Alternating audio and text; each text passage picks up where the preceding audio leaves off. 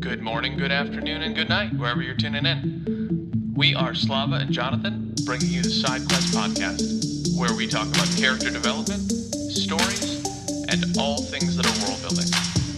And we occasionally take side quests, because, frankly, that's how conversations work. Just as a reminder, this whole show is spoiler heavy. So sit back, tune in, and join us on this episode of Side Quest.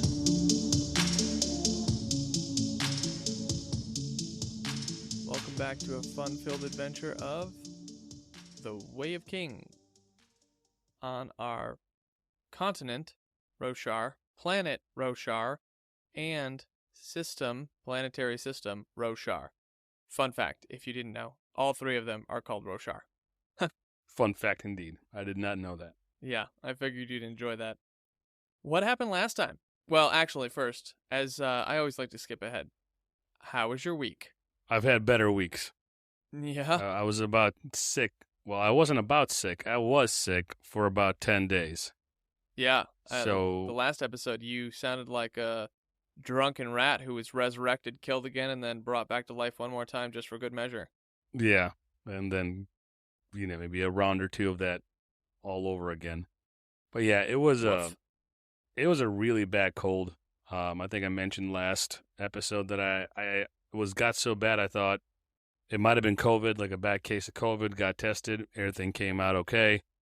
But after the episode that we recorded last time, after the last episode, the last recording, I went and saw a doctor because it came back with a vengeance, whatever this bug was. Yeah. And he gave me antibiotics. Just a really bad cold. That's Wasn't rough. fun. Yeah. But yours, you went to the trade show. I did. I went to the trade show. I lost some money in Vegas. That was fun. The trade show itself was great. Great showing. One of the events that I threw had over a 90% attendance rate, which was cool, which is kind of unheard of. So pretty proud of that. Good. Company's happy. I'm happy. So it's overall a win-win. A lot of work to get it done. But met a lot of cool people too.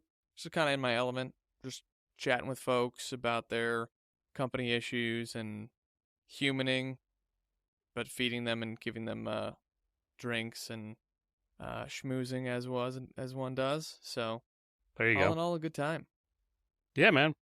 That's the fun part of the trade shows. Putting them on is a bear, but once you're there and you get a chance to walk around, meet people, schmooze, that's where it's at. Yeah, it was fun. I enjoyed it. Got back at like midnight the other night, and I wasn't sure we were getting back because there was a snowstorm coming in my home city, and yeah, it was a whole thing. But we landed. The planned landing was pretty rough. It was like rough enough that I thought, we might lose a wheel here. Oh, wow. It was, I think, one of the instruments ended up not updating enough or something. This is just my assumptions and guesses because we hit the ground with a huge thud. I mean, I guess it could have been in the ice, but we didn't slide forward, we hit the ground. So, Yeah. peculiar. And you know what they say, the fall is not what's scary. It's the sudden stop at the end. Yeah. I was on a flight once from your town. I think it's one of the times I came out and saw you almost 13 years ago now or something. Yeah, it was a while ago. Flying back into LaGuardia around over Pennsylvania. Mm-hmm. It was just an ungodly amount of turbulence. Yeah. To the point where I made peace with my God, because I was being thrashed in the seat. It wasn't just, oh, my Coke is vibrating on the table in front of me. Like the Coke flew up in the air and over a couple of seats. There were it was just it wasn't Sounds like pleasant. the bed that I slept on in Vegas when I put $1 in. Yeah, it was worse. It was worse. As always, because I live in a Seinfeld episode, I feel Same like my now. life sometimes is that there's a group of business folks, like a company, flying with me. So it's me, a couple of randos, and about a dozen people from this company. And there's this one guy and one woman, and they're chatting it up. I think they were a little drunk. They're having a good time. They're yapping it up, and the guy says he's like, oh man, my stomach's all messed up. It feels funny. And she goes, oh, well, I know what that is. That usually happens right before you die. And everybody's kind of like, yuck, yuck, yuck, yuck, yuck, yuck, right? And not 30 seconds later, not even a joke. Could have been 15 seconds later. This thing started, and it started rough, and nobody talked. After it ended, clearly she wasn't laughing then. Nope. And so this thing lasted probably about a good 10, 15 minutes, this turbulence, and it was, like I said, horrific. And once you enter Pennsylvania, it's another like hour and a half to LaGuardia at least. And so it started right around, the first leg of Pennsylvania. And so 15 minutes in, so let's say another hour to get to LaGuardia after this whatever this was ended. It was the quietest ride ever. Nobody said a peep. And, listen, it is what it is. I wasn't happy that I might fall out of the sky, but I got nothing to worry about. And so I just, ask for a bourbon and close my eyes because it's still your nerves, it's not like, oh, hey, yeah, like I'd like to fall out of the sky from 30,000 feet without a parachute. How did you drink your bourbon when you were shaking like you had Parkinson's?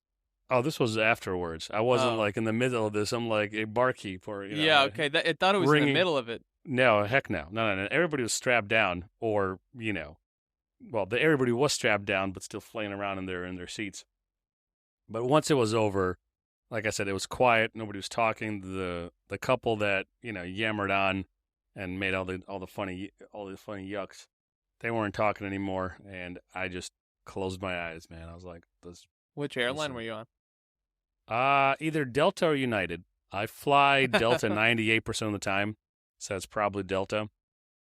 Delta and United both have direct flights to LaGuardia. So it was most likely Delta. If I'm flying United, it's because Delta doesn't have a flight during the time I need it. I just prefer Delta. Yeah, Delta's pretty good. The plane incident that I just had was United. Yeah. So do with that whatever you will. Yeah, here's the funny thing. I have a buddy who swears by United, has the United Platinum MasterCard, whatever, with 5 million miles on it, and he swears by it. Hates Delta with a passion.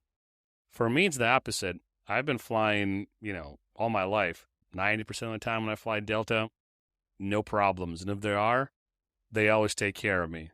I've been stranded. I've been canceled on. Everything that could go wrong, including really horrible customer service, has gone wrong on United for me. Well, so I think it's just one of those things, right? Like some people prefer Uber because they have always had a good experience. Others swear by Lyft or vice versa, or pick your poison, I suppose, in this discussion. So what you're telling me is that you got picked.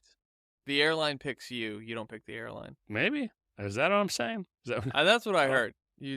If United picked your buddy, but United doesn't necessarily treat you super well, but Delta picked you, so we're their pets. I'm gonna pick these. I get to fine. Pay me I will. All the time. I will. I'll It's allow funnier in my head. No, that's fine. I get it. Yeah. Your laughter's uncontrollable. Well, yes. So what you're saying is that the airlines pick you. Yes. I still can't laugh. It's funny, but it's not. Right. Sometimes you know how it is. Like we know each other too well. I'm not gonna. If just for the audience, sometimes if you say a bad joke, and it doesn't get a hit, you wait a second and then you repeat it, and people go, "It wasn't funny the first time," and so the attempt is the funny part on the second one. Yeah. So here, I have a joke for you. I'm running a podcast soon all about humor. I'm gonna insert my laugh tracks. Yeah. So here's a joke for you. Well, I'm not done telling my joke about the thing. I'm going to use a laugh track. Yeah. I got a Margaret Thatcher joke for you. Oh, boy. Here we go. All right. So Margaret Thatcher, it's been said of her that she has said this following phrase. Mm-hmm. If you want something said, you ask a man. If you want something done, you ask a woman. Now, my question to you in the audience is, what if you want nothing said and nothing done? Who do you ask? A child. You ask a cat. That's it. You knew it was coming. Like, you knew this was coming. Like, you didn't. Did you actually think there was going to be like a decent punchline there? Mm-hmm. You're looking at me. I'm looking at the video recording. You're looking at me Mhm. like you're disappointed, but you should have seen it. Oh, shoot. I didn't click live. I've been clicking these. This is so dumb. There's like a media thing on this platform we record on. And so it was playing the audio for me, but it was Mhm. not playing the audio live. So So Man, no laugh that's- track. No drum roll. no nothing. laugh track, no drum roll. Oh, man, those were like really good moments. Here, just Eh.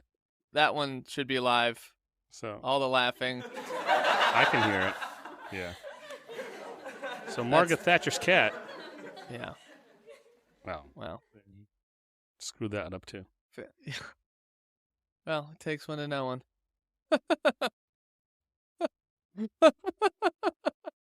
It does. Oh It man. does.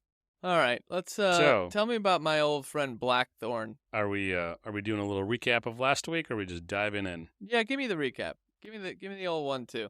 All right. So last week, Calden had a vision. He was in the storm. He was the storm. He heard voices in the storm. Somebody named Odium is ruling, and that's why there are wars and rumor of wars and a lot of killing. Calden began training his men in the chasms. We read about how Calden was betrayed by Amaram.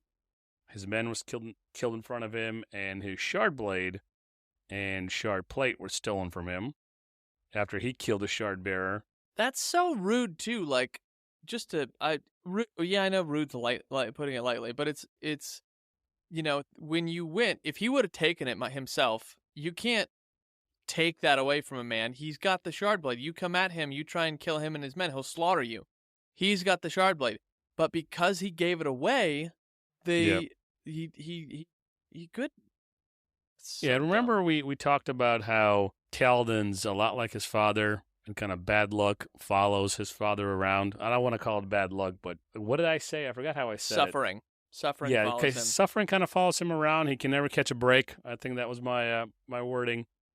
And here's the same thing. You think, or at least Calden thinks, he's doing the right thing, but even here, he's kind of down in the dumps. And all right, admittedly, he just saw his men die. There's a lot going on. He's processing, so I don't want to just chalk this up to Calden's weekly melancholy fit, but he kind of did it to himself. Yeah, he did. In the same vein that his dad used to. So there it is. Then all right, back to the what else- recap. I what else interrupted you. happened? Back to the recap. Yeah, what else happened? Oh, Yasna comes to visit Shallan in the hospital. Shallan's on suicide watch. She lets people think she did commit suicide because it's just easier to, explain why she has the soulcaster. Yeah. And Yasna kicks Shallan out, ends her wardship. And then we had three interludes, and the most important one for us, because we kind of get a glimpse of it, and this week is Zeth. While I'm reading your notes here, is back to his old ways, smashing swords into faces and cutting down soldiers and apparently civilians too. So Indeed. he's assassinating a king, and although it takes a little bit, he does kill his mark. All the marks, because apparently all the marks. his new employers say just kill everything you see. So he killed everyone he saw, and that brings us to chapter 52. Truthless of Shinovar. Yeah, Truthless McStabby, we're here. Truthless McStabby. So, what? Tell me about Dalinar. What is Dalinar up to? Well, as we get into chapter 52, Dalinar is telling Adolin, that he intends to abdicate, which Adolin does not take well. No. And in the middle of all this, he has a vision of the day of, correct my pronunciation, Recreance? Yep, the day of Recreance. The day of Recreance in Feverstone Keep. Yes. Yep, Beaverstone fantasy Keep. names are fun. So this is apparently when 9 of the 10 Radiants abandoned their sharp plates and blades. Yep. And killed some Spren. Their Spren. So apparently there's a different kind of Spren. They were all killed. And apparently this vision is the one that kind of gets Navani and Adolin and the other son sort of on the path to him seeing that their dad is not completely insane, or not insane at all, that these visions might have something, that these visions might be important and they're not trivial and they're not just, the ramblings of an old man. Yes. Yeah, so what else happens? Oh, Dalinar attends a feast. Wit talks to him and tells him that Sadeas has something to share with everybody after the feast. And then we get, well, the first time readers, it's revealed that Wit is actually Hoid. I thought that was kind of cool. So we figure out who Hoid is. He's Wit. So Wit talks to Dalinar and pieces out. Now, this is interesting. Sadeas does announce something important, and that being that the strap of the king's horse seat, I can't even speak English, saddle, his saddle, the strap to the saddle was cut, but that Dalinar is probably not the suspect. So I stand by my assumption from episode 2, I think it was, where I say that I think it's the king himself who cut the strap to get attention. Because it's revealed that this was in the king's stables, but the stable boys are utterly confused and don't know what's going on and deny it vehemently, that they didn't do anything to it. But I think but someone probably paid him off, right? Like, who knows? Yeah. I just don't buy it right now. All right, fair enough. And I don't buy it for the reasons, like go back to yeah. episode 2. I don't buy it for those reasons. 2, yeah. Yeah, the king is just a little child, and it would be just like him to pull a stunt like this. More so than somebody paying off some stable boys. I can't argue with that. Okay. It's hard to argue with that. So what else happens? Dalinar Sadeas, they go on a plateau run together. They win. Dalinar saves Sadeas on that plateau run because Sadeas kind of gets overwhelmed. Oh, Sadeas, this was kind of like almost like a side quest in the book, but Sadeas asks for a copy of the Way of Kings to be sent to him. So you that think should that's be just to appease Dalinar? I don't know if it's to appease Dalinar. I think just like his sons and Navani, Sadeas is, might be just a bit curious. He wants to know what is going on. And if he's not, then the other reason I think he might have sent for it is he wants to figure out what the hell's in this book that's driving Dalinar to do what he's doing. So it's either case, it's curiosity. Okay, fair enough. So Dalinar also grows a pair at the end of this little portion of the book and decides that, hey, Navani, it might be okay to date Navani. With oversimplification of the situation. That is quite the simplification. Totally discarding all of the proprietary states of being for the Alethi and the fact that Navani was his sister-in-law. But yeah, okay, he can just date her. That's fine. Yeah, well, he grows a pair, and Mm-hmm. I think something that's been said is that the difference between doctrine and tradition, like doctrine shouldn't be ignored and thrown away for every woman fancy. Maybe tradition shouldn't be either, but tradition is easier to I don't want to say ignore, but it's easier to debate, I guess. And I'm not giving the quote justice, but it's something along those lines where in the book it said doctrine is one thing. You should believe in doctrine. Doctrine kind of guides your life. But Wait, are you quoting from the Way of Kings? From the book itself or from the Way of Kings that's mentioned The novel in the book? reading. The novel we're reading. The novel we're reading, yeah. I don't remember that part. Well, something like that. I'm either overstating it or understating it or confusing with something else. Maybe I'll grant you that. But I remember something in this portion of the book where maybe it was Navani herself that said it, she points to the difference between doctrine and tradition, because Dalinar is like, well, it's tradition, that drives him not Okay. to take Yeah. any course of action with her, despite being attracted to her. And her response to that was like, well, this is not doctrine, this is tradition. Maybe I just extrapolated from that, the stuff I just said. That makes more sense. But anyway, that's our buddy Dalinar, his little adventures. Seems that way. So, for me, the high points were finding out who Hoyd was, and that it's Wit, and finally seeing Dalinar and Navani Navani's figure it out, I guess. confesses that she came back to the war camps because she feels useless. Yeah. And that she wants the big D. The big Dalinar. Yeah, obviously. Careful with your mind there, sicko. I didn't say anything. You looked at me. I did not say that. I understood that you were talking about Dalinar. Blackthorn. The big Blackthorn. Dalinar. See? Nothing I said is funny. It's the look you're giving me. Or it's that Russian. At all. It's that Russian grin. Innuendo. Don't smear anything over here. Dalinar's getting some of that royal lovin'. The Assassin White's at it again. Talk to me about Sadeas and Dalinar running a plateau assault again, but this time the second Parshendi army comes up. So Sadeas puts himself in a position that allows him to get railroaded and surrounded by Parshendi. And almost killed. And almost killed. That sounds dumb. Why would you do that? Well, Sadeas has something to prove, I think, right? He's a shard bearer. He's an Alethi. He's a single shard bearer. He only has shard plate. He doesn't have a blade. Oh. Right. That's why this is dumb. Because that is Dalinar very dumb. has to.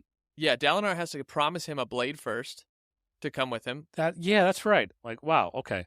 And so he's got a warhammer, but that's not. It's just like you. That's poor tactics if you allow yourself to get surrounded. So is it pride then? I think Sadeas isn't as good a strategy as he thinks he is. Not on the battlefield, right? No. I mean, he clearly is not as good as a soldier as Dalinar, or Dalinar wouldn't have the name the Blackthorn, because we know that Dalinar and Sadeas and Gavilar all used to go to war together before Alethkar was a kingdom. Right. And Sadeas, how do I say this? Sadeas doesn't see any value in life, right? So, like, take the Bridgemen, for example, or anybody else that we've seen him interact with. And a person like that... Yeah, sanctity of life. Yeah. A person like that, usually that's not the only chink in their armor, right? No? There's one thing hides another, and it starts unfolding. So if you are an unethical person in little things, you will be in big things too. And then as that's revealed, and Sadeas is unethical in big things, like just using Bridgemen as fodder and as a distraction for the Parshendi, that's a big thing. That's not like a little thing. But those things, as more is revealed, it reveals even a bigger character flaw. Like, so he's hiding something, right? Or compensating for something. And if he's a horrible strategist, he has to compensate for that somehow. So if he's going to throw Bridgemen at the Parshendi, he doesn't have to strategize. Send in the bridges, distract the Parshendi, send in my men, kill some of them, get back. And if I'm not mistaken, he hasn't won a gemstone or a gem heart or whatever the hell they're trying to get in a while. Sadeas? Yes. No. Sadeas goes on runs. He's won a variety of them, but Dalinar hasn't won one in a while. Well, yeah, because he doesn't fight. Right, he doesn't go. Yeah.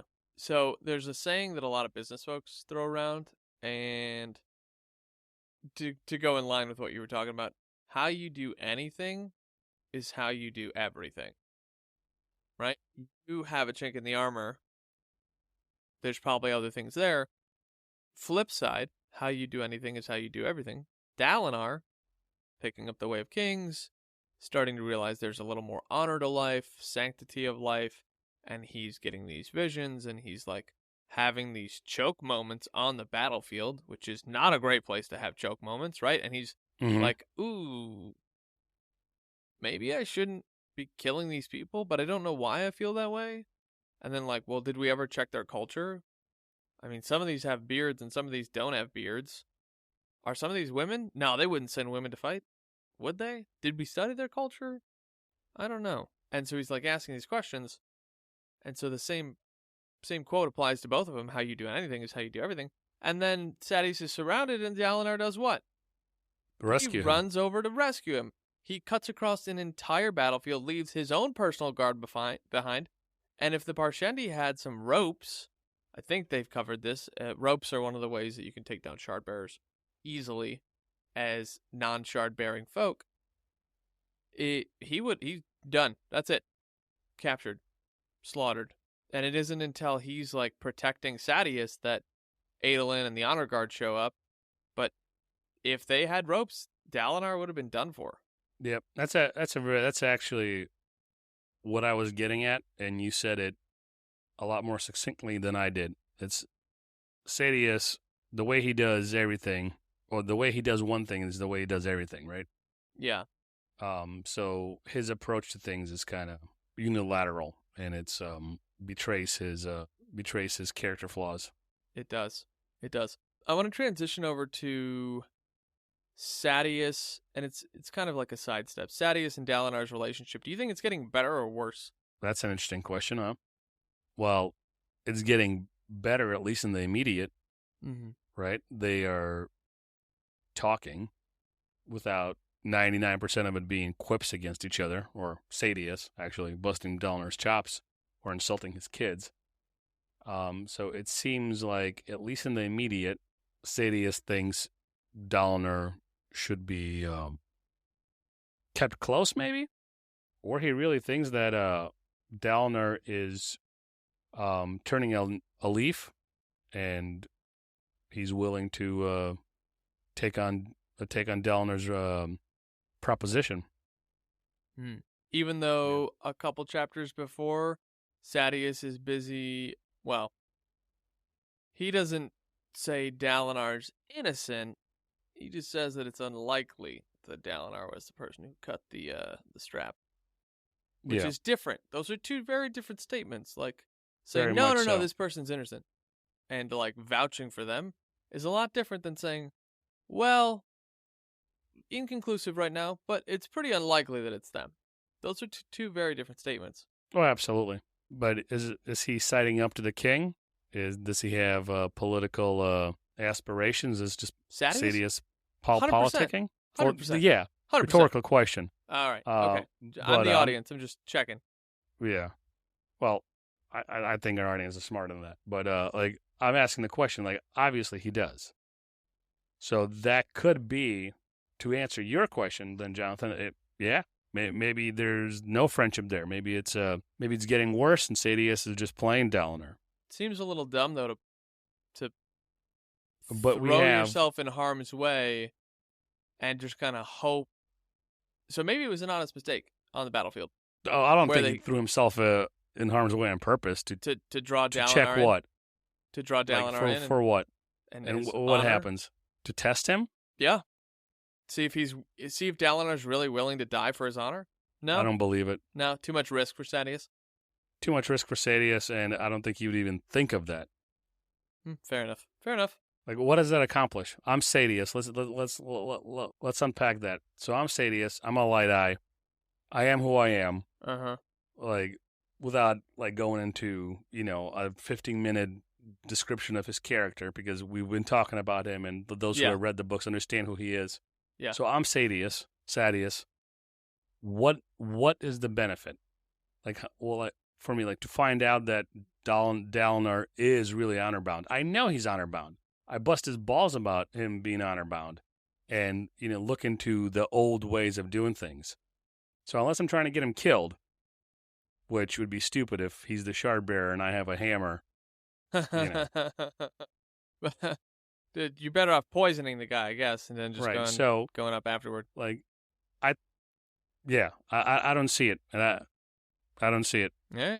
That doesn't prove that he's on the up and up now and all of a sudden best friends with Dallner again, if he ever was. No. They were. There was a trio. Like genuine friends. They were genuine friends. They used to conquer the countryside together, and that's not a colloquial statement. That Gavilar, Dalinar, and Sadeas used to, and we learn this more as we go. I mean, they've alluded to it here and there in sentences, but to me, this is a non-spoiler. It's just they used to conquer the countryside before Elokar was born, before Yasna was born, and before Dalinar even got married, and had kids himself. Like, they are the reason that Alethkar was united.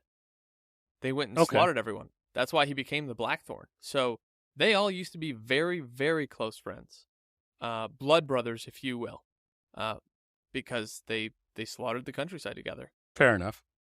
So if they're that close, and the only thing, maybe a little bit more, but just for the sake of this point, the thing that's the cherry on top, or the call it the nucleus of Sadeas's contempt for Dalinar, is Dalinar's refusal to fight. If that's the only thing that puts off Sadeas to Dalinar, then this turning of the leaf here, then we're left to conclude that it's genuine. It's not that it's getting worse. Mm-hmm. I suppose And that's fair. if Sadeas didn't outright say Dalinar is not guilty, but said it in a very political, almost double-minded kind of way, well, that goes back to him politicking. Does that make it right? No, but does that make him an enemy of Dalinar? Not necessarily. Time will tell, I suppose. The book is... Well, if his visions are true, and we're supposed to trust Sadeas... Yeah, what do you think about his visions, speaking of which? I'm going to be repeating myself, but they're getting more vivid. He's seen other aspects of the histories. It's not... and he's seen more critical information is being shown to him. More crucial events are being shown to him. But I have no additional opinions or assumption on his visions. You think they're real? You think they're fake? No, I think they're real. Like, fake as in, like, he's losing his mind? Yeah. Or, no, I don't think he's losing his mind. Why would he be losing his mind? Do you think Kaladin's having the same style of visions? At this point, yeah. Yeah. Okay. Yeah. Let's talk about our connecting piece here. Wit. Hoid. What's his game and what's his game with Dalinar? Why is he giving Dalinar clues in on what Sadeas is up to? Also, how does he know what Sadeas is up to? If we're going to put to the side the idea that Hoid might have some sort of powers or a very keen sense of observation, like on a more human level, he's the king's wit. He's always around the king. So it could be that Sadeas has mentioned certain things to the king, and that wit has made certain assumptions or made correct assumptions, or the fact that Sadeas was going to say something. Well, what the hell's so novel about that? The king and 10,000 other people might have known that. But because Dalinar is running around, digging latrines, he didn't hear it. Mm-hmm. So I don't see any conspiracy there or anything out of the ordinary. Why wouldn't Wit know that Sadeas might say something or might make an announcement? Okay. What was your reaction when you learned that Wit and Hoid were the same person? I was very pleased. I thought it was a cool twist.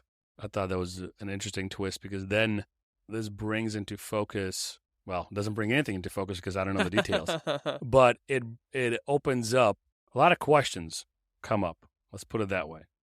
A lot of questions come up because what we know about Hoid, what I know about Hoid, is that he's a world hopper and there's 3 guys after him, which is very little to know. But if he is a world hopper and he has embedded himself with Roshar's most well-known family or the strongest clan, the biggest family, the biggest kingdom.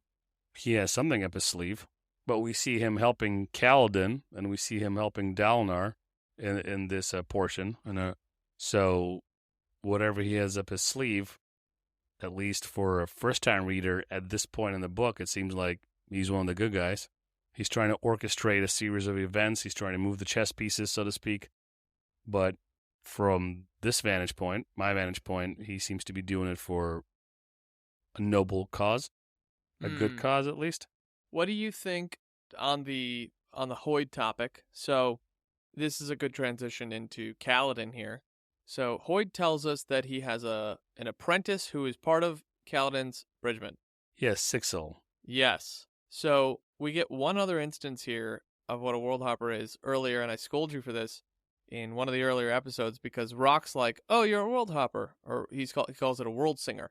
So we get the confirmation from Hoyd, who happens to be the mentor of Zigzel. Do you think? Well, first impressions on that. I didn't really make I made the connection, right? But I didn't think about it because I'm processing it right now. What I mean by that is, like, as I was listening to that, I was like, oh, okay, I get it. But world singer, world hopper, to me, I didn't make that connection until just now that he might be singing or talking about worlds, teaching about worlds that are not on Roshar. Got it. Right?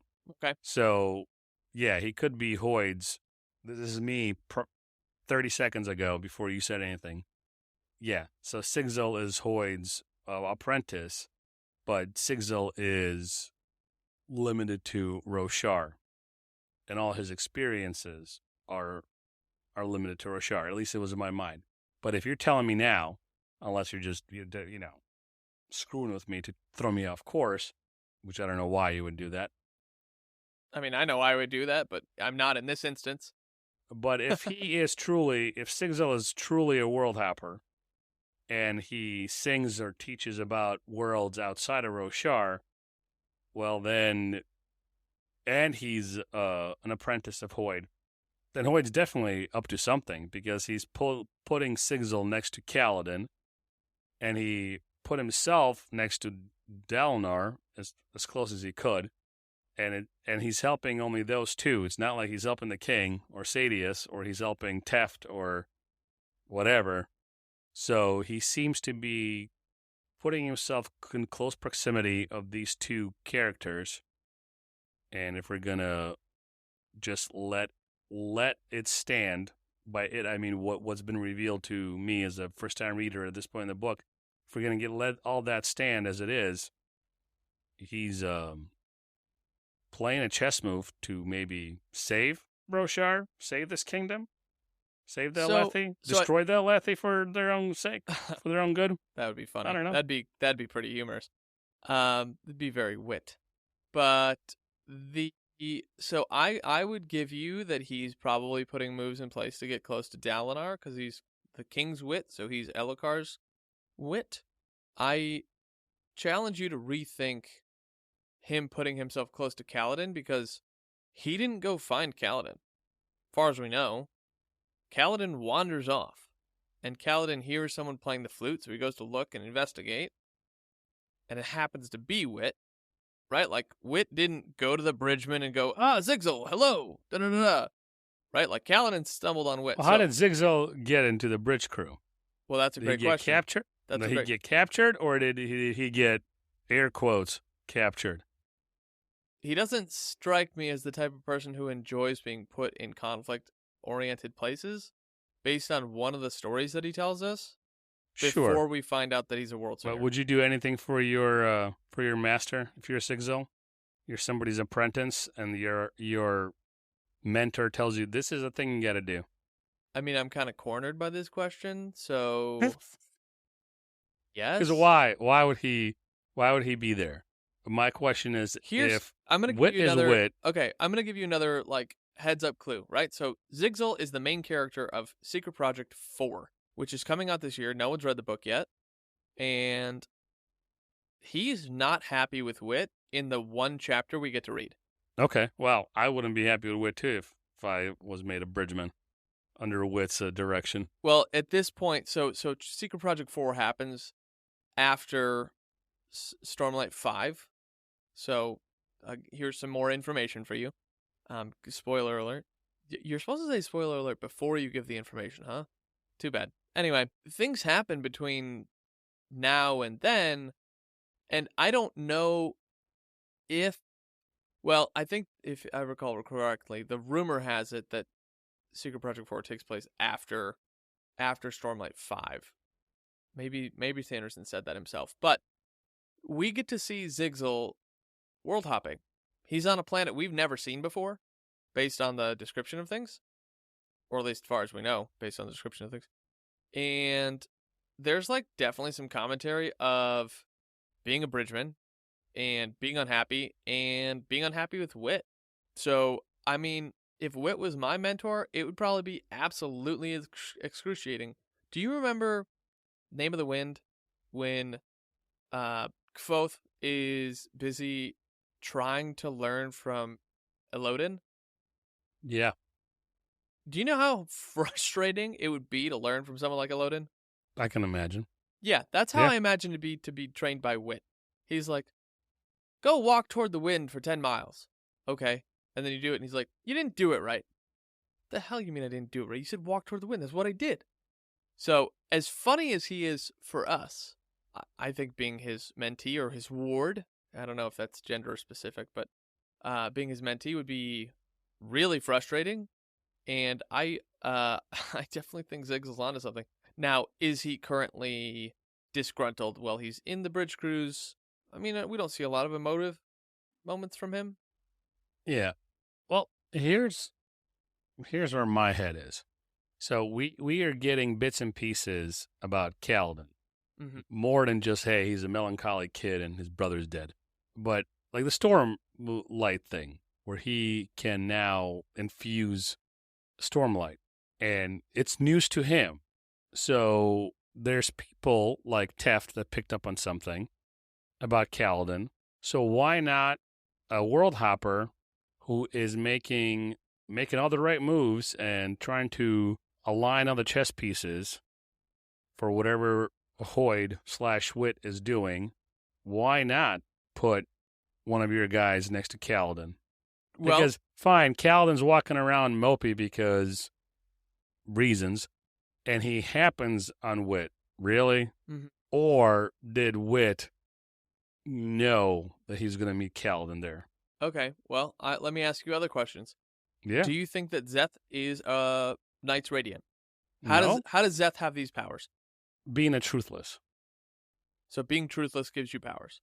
No, I'm asking you. If you're asking, it's almost a rhetorical question. Zeth being a truthless, the question is, how does a truthless get these powers? Mm-hmm. Or is he not a truthless? Is he playing a freaking game?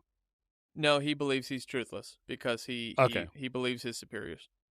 However, he's confronted, and we'll see this more in the next section and a half as the book wraps up, but he believes he's truthless, and he has to do so what all these... So is Hoid collecting the Knight's Radiant? What? Sorry. Is Hoid collecting the Knight's Radiant, or another team, for lack of a better term, of a Knight's Radiant? Another circle. The round table. No. Knights of the Round I'll tell Table. you, no, he's not doing that. Hoid can't be bothered with that. Okay, so he's then, if you're telling me that, if he can't be bothered with that, what is his deal with Dalinar and Kaladin then? He's doing something. Okay, he's not creating the Knights of the Round Table, but, he's getting two dummies to do something, right? Yeah. At least in his mind, right? I'm not calling them dummies like as me calling them dummies. He's up to something. But one of the fun things about Wit as a character in the Cosmere as a whole is, frankly, we as the reader have to collect all the pieces of Hoid's appearance in every book that we see him in and put it all together. So your Hoid story, and this is one of the fun parts that is Hoid. The Hoid story is scattered throughout every book that is part of the Cosmere. So that's Hoid. But we're gonna use this next part to transition from Hoyd to Kaladin. What did you think about the parable of Darethil and the Wandersail? Well, being that this was about 2 weeks ago, remind me of the parable itself. I remember the conclusion of it, that Kaladin walks away from it more resound in his desire, I guess, if that's even the right way to say it in English. He walks away with it, away from the story, away from his little meeting with Hoyd, knowing that it is his responsibility to finish what he started with the bridge crew. So it's given him resolve, maybe, because why did he go moping around in the forest? Is because one of the other guys died, right? Yeah. Because Dunny dies in a horrible freaking way, and then another guy, Maps or somebody, or yes, yeah. Yep. So the second guy, when he dies, that's when Cal then goes into the forest, right, or walks away from the camp where he finds Hoyd. Is that correct? That is part of it. He's also walking away because Teft took a swing at him from prodding, and in the midst of taking a swing at him, Kaladin blocks it, but he also breathes in Stormlight, which was Teft's whole point. And then Kaladin finds out from Syl that Syl's not a windspren. Yes. Hey, well, we'll get. I was saving that, but yeah, we'll get to that because we're talking about the Wandersail right now. So he finds Hoyd because he's running around trying to get rid of his glowing aura that's emanating from his body, and he finds a man playing a flute who happens to be Hoyd. And the story, this section, both with Kaladin, Hoyd, and the Wandersail, is interesting. And I'm going to tell you that in other books, we get Hoyd telling more parables, and it's really fun. Hoyd telling parables is a good time. So, Darethil and the Wandersail. Darethil is an older character known back in the day, and he commissioned one of the finest ships men had ever made, and he named that ship the Wandersail. And he grabbed a crew of the bravest soldiers and sailors, and they brewed the high storms and cast off toward the west. And then the Wandersail ran aground on an island because he was Darethil was trying to find the origin of the Voidbringers. And he gets to an island, and it's an island of the Uvara people. And they are a very interesting people, and they lived in this thing called the Great Abyss, which was like kind of the place the ocean drains. It's like a big, enormous whirlpool, like at the end of Knights of the Caribbean. Wow, Pirates of the Caribbean. Knights of the Caribbean. You know, my favorite Disney movie with Captain Jack Kaladin, and I think it's a Pixar flick, but whatever. Yeah, it happens during a Star War, and Captain Jean-Luc Potter ends up following Gandalf the Voldemort back to the secret lair where Smaug is hoarding the Jawas. Yeah. Yep. Don't at me in the comments. All that happens, and then, they find Ralph Fiennes' nose. Yeah, and then Sesame Street comes out, and Lucy the Lamb sings "This Is the Song That Never Ends." Yep. All those things happened in the fever dream that is this podcast. So Darethil sees these people, and nothing bad really happens here at the start, and he's not really asking any questions. They lived curious lives, unlike people in Roshar who constantly argue. The Uvara always seemed to agree. From childhood, there were no questions. Each and every person went about his duty. And then Darethil started to pay attention. And a kid tripped and they slaughtered her on the spot. That's it. Very brutal. And then they did it again and again, and they're just committing all these murders when someone messes up. And he's like, well, why do you guys do that? And one of the natives said, our emperor will not suffer failure. And eventually he can't put up with this anymore, and he goes to the tower where the emperor is, and he wants to know why this peaceful people are acting so terribly. And they don't try to stop him. They kind of watched in fright, but as his men came out of the tower a short time later, carrying a discarded corpse with fine robes and jewelry, he's like, "This is your emperor?" He was dead in the top room for years, and nobody entered because they were too frightened. And they started wailing and weeping when they saw this. And he ran to the Wandersail and GTFO'd because he was like, all right, I don't want to be here. I've watched what they do when they're normal. I don't want to stick around for this. And one of the Uvara joined them, and as they were leaving, he asked her, why she's coming with them, and she said, if the Emperor is dead and has been all these years, then the murders we committed are not his responsibility. They are our own. Mm-hmm. Yep, I remember now. You brought it all back. So what was your question about it for me? What did you think about the parable of Darethil and the Wandersail as a standalone, and then how it relates to Kaladin? As a standalone, this is going to sound, like a cop-out answer, but this is all I got. As a standalone, I thought it was pretty interesting. It was just a cool little story, right? Do you think it's true? Do you think it happened in the world of the Cosmere and Roshar? Maybe not Roshar. Maybe it happened in the world of Cosmere. If it's a parable, it doesn't really have to be true, right? The point of a parable is to not just tell a story, but the elements of truth it contains, or the moral underpinnings of it, is what's supposed to teach a lesson to the listeners, right? Mm-hmm. So it doesn't matter if it's true or not. So it does happen how on it Roshar. Relates to Kaladin, no, I don't think it happens in Roshar. It does. It literally says it. It does? During the time of the Heralds and the Knights Radiant. And he's going to find the Voidbringers, and the Voidbringers are what we've addressed that Jasna is probably researching.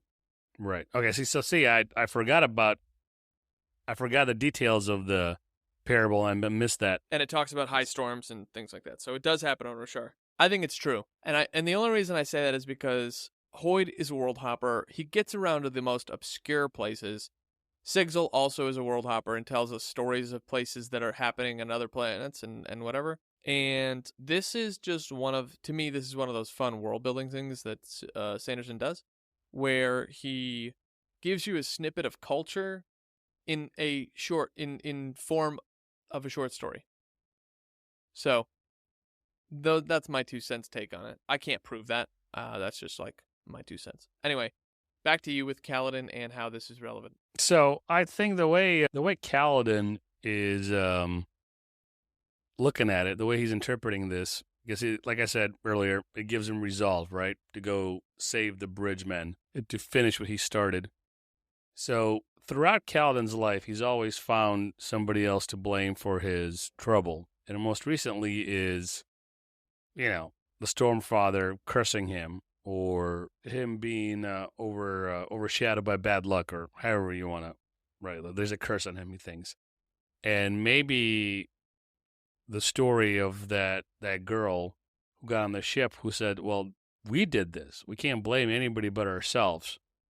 Maybe what he's taken away from that is, everything that's happened in my life, it's my responsibility. And there's some stuff, I'm now putting words in Kaladin's mouth, there's some stuff that has happened to me solely based on the decisions I've made.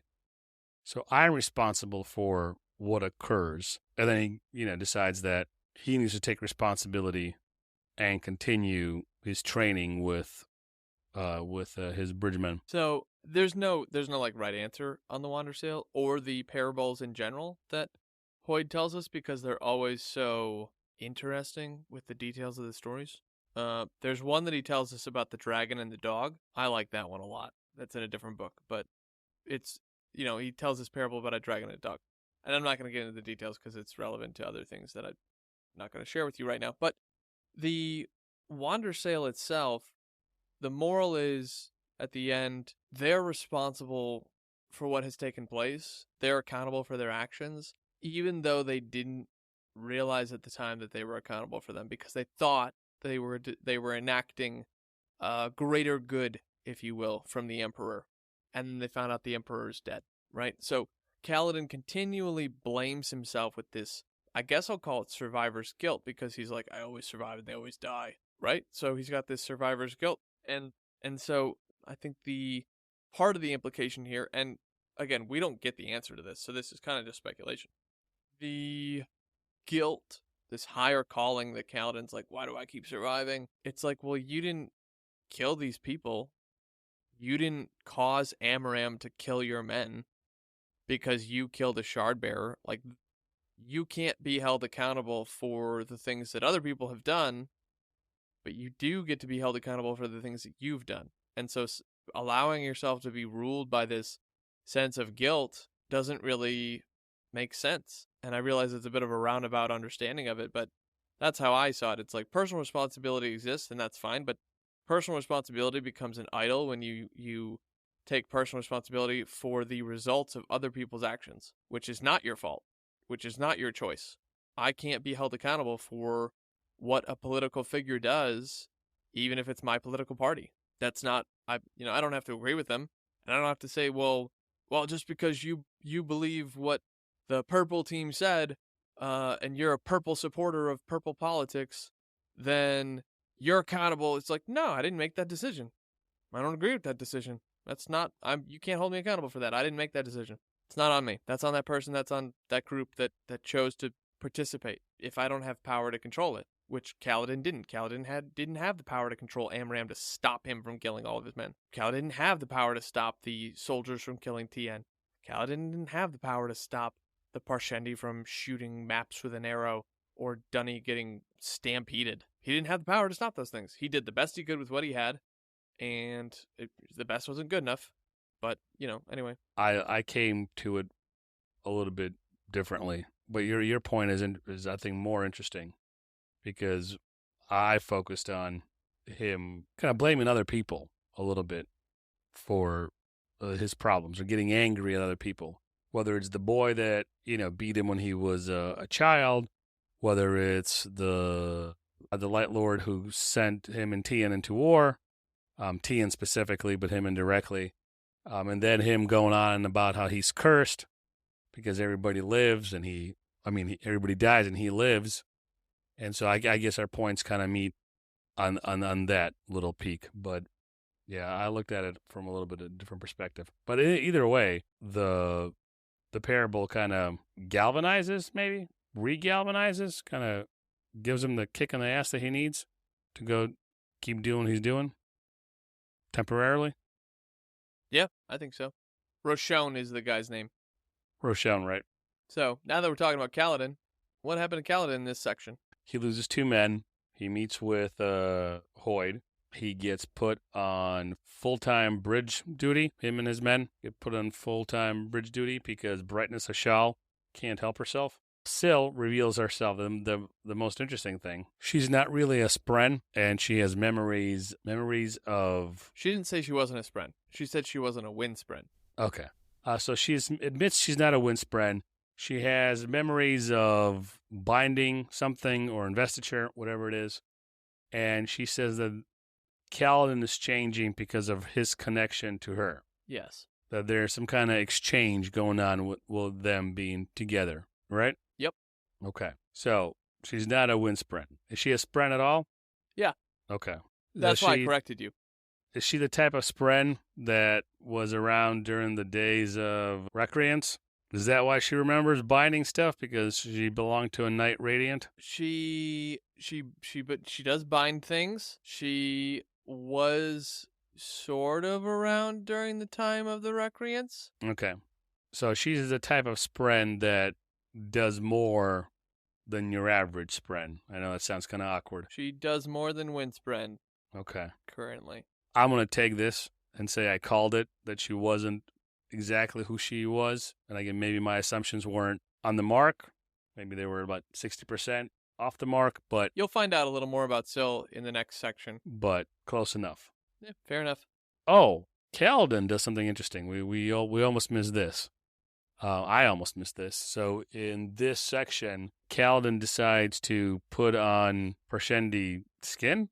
Carapace. The armor, the bone armor, it's like an exoskeleton of a bug, right? Like the one that when you crush a bug, you hear the cracking noise. Okay, Nambalat.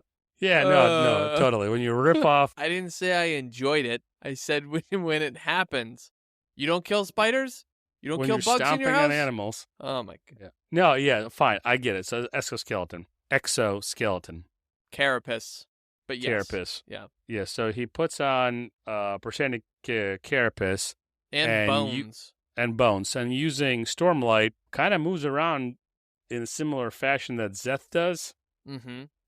And avoids all these arrows because the Proshendi are losing their minds because he's desecrating their people's bodies. And so he draws all the attention to himself and allows his bridgemen to live and allows the other bridges to get to the chasms unharmed. And the battle is won, and the Alethi are the victors. And he gets a little nod from Mr. Big D himself, Blackthorn. No, I thought it was Sadius. Sadius. Now, because remember, like a Sharbraider comes and saves somebody. I think that's in a chapter after this section. It might be. Might be the chapters that I'm reading for next episode. But I think it is because it's not the first time that happens. Yeah, you're right. Because the first time that happens, he just he surprises everybody, and everybody's like, "Oh, holy cow! Wow, this is happening now." Mm-hmm. And then they have chasm duty right after that, and that's it. They have chasm duty. Then I think Teft tries to get him to spar with the men, and Kaladin is a big old sourpuss again and decides not to do it. Mm-hmm. So, do you think we're gonna see Kaladin playing the flute regularly now? Because Wit gave him a flute. Does Kaladin know how to play the flute? I don't. He said he doesn't, but Wit gave him a flute anyway. Oh yeah, he did. Maybe to pass the time, or maybe somebody else will be playing the flute while they eat rock stew. No. Or he will learn to play the flute. Because Kaladin's like, or it's all a right, magic frickin' flute. I'll give it to Sigzil, and Hoyt says, no, you won't. You'll learn to play it. Well, then he'll learn to play it, I guess. Something like that. Because Kaladin just does what everybody tells him. That's not entirely true. It's being facetious. It's being feces? What? Exactly. I was unloading feces. Mm-hmm. So something else that you missed is Kaladin, so he gets the flute. He also whispers the first ideal of the Knights Radiant. You want to talk about that at all? Yeah, this is what happens when you miss 10 days with of existence. Of existence, and you were in your own hopped up 10-day version of High Storm. My gosh. Yeah, no. I mean, I don't even remember that. Yeah. So Kaladin whispers the first ideal, that's the word. The first ideal of the Knights Radiant. Do you know what it is? It's not I will do better. No. Learn my lesson. Life. It's a joke. It's a joke. Yeah. Joke, people. Life before death. Strength before weakness. Journey before destination. That's the first ideal for all Knights Radiant. Okay. Because there's and multiple orders. When does he whisper this? It is when he's in the chasms, if I remember correctly, and then he ends up using rocks to stick to a wall, bind to a wall with Stormlight, and then he climbs up, and then Syl's like, cut the rope, I'll help you. And he's like, I'm not going to cut the rope 40 feet. And she's like, just trust me. And then he falls 40 feet, lands on his feet, and then Stormlight helps him heal the rest of the way. Oh, wow. So apparently 700 milligrams of Sudafed will erase memory. Good grief. I honestly did it's funny. So apologies to all involved. I do not remember that at all. Slava was out in the high storm, strung up. I was in the high storm. But he survived. He's here. I did. The Stormfather has smiled upon me. The Stormfather judged you and saw you righted. Yes. If he saw me wanting, I'd be not here. So, yeah, do you have thoughts on that? If not, I think it might be connected to him changing. However, he's changing this new part of Kaladin where he's binding things and he's able to use Stormlight and it's healing him and he is somehow connected, not by his own doing, but connected to maybe big movements happening in Roshar. that might be instigated or might not be instigated by people named Wit and or Hoyd. So maybe this is just the other side of the coin of this. Whatever's happened to Dalinar has happened to Kaladin, but in, it's different streams of happenings. Okay, that's fair. Interesting. Well, let's land this plane. We're about to hit the Sanderlanche next time. Yes, sir. Are you ready? I am ready. I'm on the first 4 minutes of chapter 65 right now, and I am gonna plow through 68? 69. Yes, 64 to 69. So, yep, that's next time. Can't. And then we wait. are 5, 6, 7, 8 chapters away from the end of the book, and the epilogue, then notes, and the Arcanum. I'm counting them as quote unquote chapters. Mm-hmm. We are almost done. Two or three more episodes to record, and we're done. And then we take a little break and dive into Russian existential dread. Yes. Then American existential dread. We're going to rush in. Rush in and then finish with some American cyberpunk. What do you think is going to happen? What do you think is in this next section for Dalinar, Kaladin, and Shallan? Final Rosharan prophetic utterances. Dare I say that this will be the crescendo of the book. So for our story, for our immediate story, for this book, this is where it's going to ramp up. And this is, you told me this, so I'm not, this is not anything prophetic. So it's going to ramp up, but I think there's going to be a crescendo of events where it's going to be a setup for the next book. Maybe some conclusions to certain things. Sure. Maybe some other things will be opened, other things will be closed. Mm-hmm. But and I don't think crescendo is the right word. No, crescendo works. Yeah, climax, crescendo. I think, for lack of a better one, it works. But I don't, whatever. They call it the Sanderlanche. And you told me what that means. I told Slava that he has to read 64 through 69 in a single sitting. Not because he actually needs to, and not because you as the listener actually need to, but it's hard to put the book down in that section between those 5 chapters because of what takes place. And so that's why you need to read the section together. So give us just broad stroke assumptions and prophetic Rosharan utterances. What's going to happen to Kaladin? What's going to happen to Dalinar? Put characters to events. You've already got your assumptions for other things. You think Elhokar cut his own string, his leather thing. You think that Syl isn't a spren, which was just disproven. She's not a wind spren, so you're like half right. And this is another one of those episodes that has nothing to do with Shallan, so I need some Shallan assumptions. Well, Shallan's going to be on her way home. Let's just get that out of the way. Okay. Because the ship is coming to her for her, and everybody's assuming that her ship has sailed, if you will. Has sailed into port. Her ship has sailed with Yasna, but another ship is coming to port to pick her up.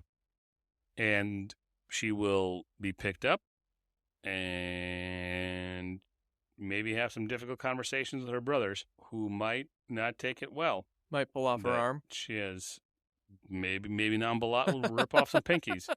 I don't know, bash some tails with hammers. Whatever Nambalat does. Shallan's a bit of a spazzy girl, but I don't think she would let that happen. No, maybe a year ago she would have taken it, but now after fair. I'll give you that. After what's happened to her, I think she might be able to, if not take care of herself, at least she'll be more willing to fight back. So that's Shallan. She's gonna get on a boat and go home, whatever that's gonna look like. For Dalinar, I think I don't even know what to think. I don't want to just pull anything out of my rear just for the sake of Slava's assumptions, because you need to. I'm asking for it. You just out of my butt. Okay, so we'll find out really soon what happens to him. So by making your accusations, assumptions, prophetic Rosharan utterances, whatever, get to see how good you are at catching what the author's been writing and the foreshadowing, right? You've read it, so you have the knowledge that every beginning reader has. Sure, but the difference is The difference is like having a second to think about it and go, all right, well, if this is happening, this is what I know about Dalinar, and this is what I know about Sanderson, and blah, blah, blah, and so on. But out of my butt, him and Sadius, their bond, whether that's true friendship or not, grows stronger, which probably will not look good to the king. The king might get his britches in a twist over that. He has to still figure out the tradition and the fallout from him and Navani becoming closer. So that's kind of a tame assumption, but that's all I have. Collecting the royal taxes of the big D. Heavy's the head that wears the crown. Heavy's the D that wears the crown. You know what? Took you a second, but I'm in on it. Okay. I'm here for the big All D, right. the big blackthorn. The big blackthorn. If I can get it out of my mouth. Pause again. Then for Kaladin, well, if he's going to continue to be a sourpuss, and I think he is for a while, it seems that Providence is on his side. And not only because of Hoyd and his shenanigans or machinations or maneuvers, but it seems because of who he is that he's able to now bind and infuse himself with Stormlight.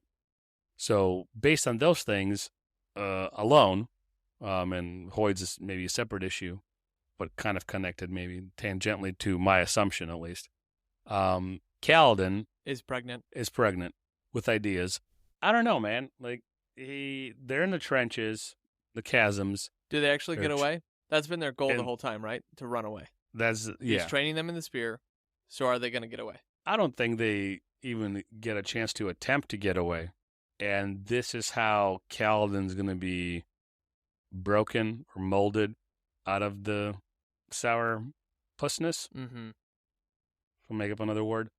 Yeah. Well, he'll probably so- just do what he keeps doing, which is getting these Bright Lords promoted because of his ability to use Stormlight. So That's fair. Maybe that. Probably not. But I don't think he's going to get out there. Bridge 4 is going to get out in this book. If they do, I'd be very surprised. they don't, but I wanted to know your assumption anyway. Yeah. The way I see this happening is Kaladin has some more lessons to learn. And that's just because You're speaking so broadly. Kaladin has more lessons to learn. Don't we all? Yeah. All right. Don't we all? That's what I'm saying. If I'm pulling it on my butt, I'm going to be a little bit more careful. Just now. What do that you got to we're- lose? Some kids on the internet think you're not cool anymore? Oh, it has nothing to do with that, but listen, I dress nicely because I like to dress nicely, not because I want to get my neighbor's approval. So same thing here. I want to make a good assumption and not go hog wild. What did we learn about the Wander blabbering, sale? because that's for me. Wander sale? What did we learn? Take responsibility. So what does that have to do with me not wanting to blather? I'll let you. And hey, you know what? Once in a while, something that our society hasn't thought about, maybe you should care what the neighbor thinks, so you don't dress like a drunk hobo when you go outside. Or maybe you should speaking curb of your that, curb your enthusiasm when you speak, so people don't think you're an imbecile. That's not bad. no, that's actually super good advice. I love Yeah. being the stupidest person in the room because I feel like I learn a lot, and frankly, you can be seen as a lot smarter than you really are if you just keep your mouth shut. There's two thoughts I want to end on that are adjacent. The first one is there's a song by this hip-hop artist named Propaganda, and it goes something like, let me find it real quick. You'll have to edit this. So while you're looking, there's a good Jewish saying. It goes, "It's better to stay quiet and be thought a fool than speak and remove all doubt." And being silly, like if you and I are being asshats and are being silly, is different than just being a piece of shit and an imbecile without any forethought for what you're doing. This guy from this one-man hip-hop band says in one of his songs called Don't Listen to Me, which you should check this song out. Propaganda, Don't Listen to Me. There's a line in it that says, "I know it's a much better decision to shut your mouth when you don't know what you're talking about than to validate what everybody already thinks of you." I love it. Yeah. It's so good. All right, so that was the first side thing to do with, to agree with what you said. The second one, what were you talking about before I wanted to give my last two thoughts? Oh, I was saying that, well, you were busting my chops about Yeah, whether usually. or not I think I think our young listeners will think I'm cool or not based on the assumptions I made. And I ended saying that sometimes you should care about what people think so you don't act like an asshole. Yeah. Like there is folly in going. There is wisdom in not putting all your stock in people's opinions. Yeah. There's also folly in not kind of playing along with the sort of communal standards. Like there's nothing wrong with that. It's not like backwards or bigoted to be conservative in certain things that you do and say. Not always having your mouth open and spewing everything that's on your top of your brain. I had a really good point That's to what make. I was saying. That's a good reminder. I can't remember what I was going to say. 2 side quests, and one of them was propaganda, and the other one to be determined, to be continued. Nah, to be forgotten. To be forgotten.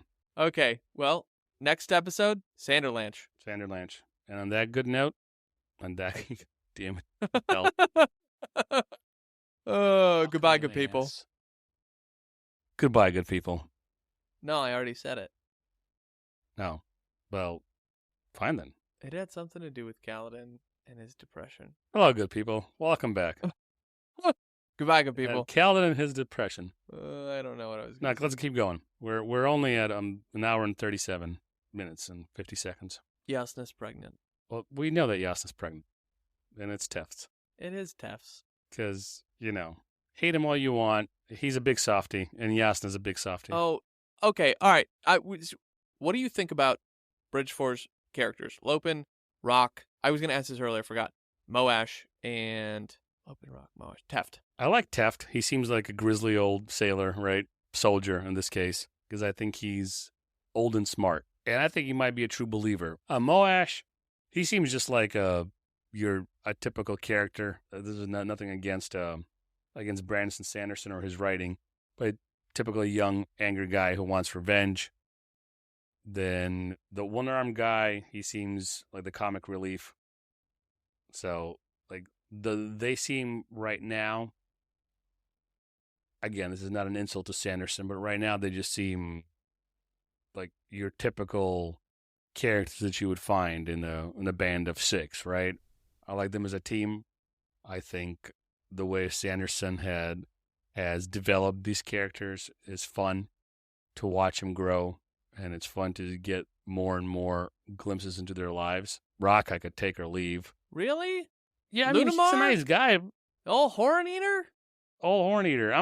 I don't hate him. I'm just like, yeah. But you just learned something super secret. He's actually super proficient with a bow. And he's a man after my own heart. He's a chef. But, if we were all at a high school lunch table, you're heartless. I probably would sit next to Teft, more than I would sit next to Rock. And I'd probably sit next to Rock when Teft is, in detention. Oh, my gosh. I mean, I got nothing against the character. Gosh. All right. Any thoughts on Lopin? Land this plane. Lopin, well, this is the third time I'm trying to land this plane. The fact that a bridge crew has a one-armed dude is comical to me. But it works for Bridge 4, and it works for their development, right? They needed development. I mean, like as characters internally. Yeah, not running. Like they needed him. Yeah, because Calvin pushes the rest of Bridge 4 to say, like, these guys, they're one of us. They're Bridge 4, and the other bridgemen, we should save them. We shouldn't let them rot and die in the battlefield. So I think these characters are necessary for Bridge 4's growth, like in coming out of their muck, because they're all in a world of shit. They all came out, out of horrible situations. They're bridgemen, which is horrible enough. The way they got there probably isn't fun. So that's what I think about the characters.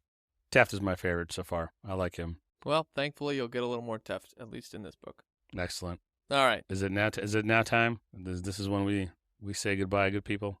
Hello, bad humans, because it's the opposite. Yes. Don't Russian me. I'm rushing. I'm going to curse your name. I'm going to make a little I know. effigy of you. You're going to write your own death notebook and just put my name in it a couple times. Yes. But you're gonna make an effigy. I'm going to make a doll out of you and rip your arms off and legs off it when I'm editing this. Do you remember the name of the dolls from Name of the Wind? No. And you're going to commit malfeasance against me? Yes. Yes, I am. I think it was called a mott. Oh, I don't remember. That was so long ago. We still need to do now, and we've talked about this. Whatever. I'm gonna end the episode. Yeah. Goodbye, good people.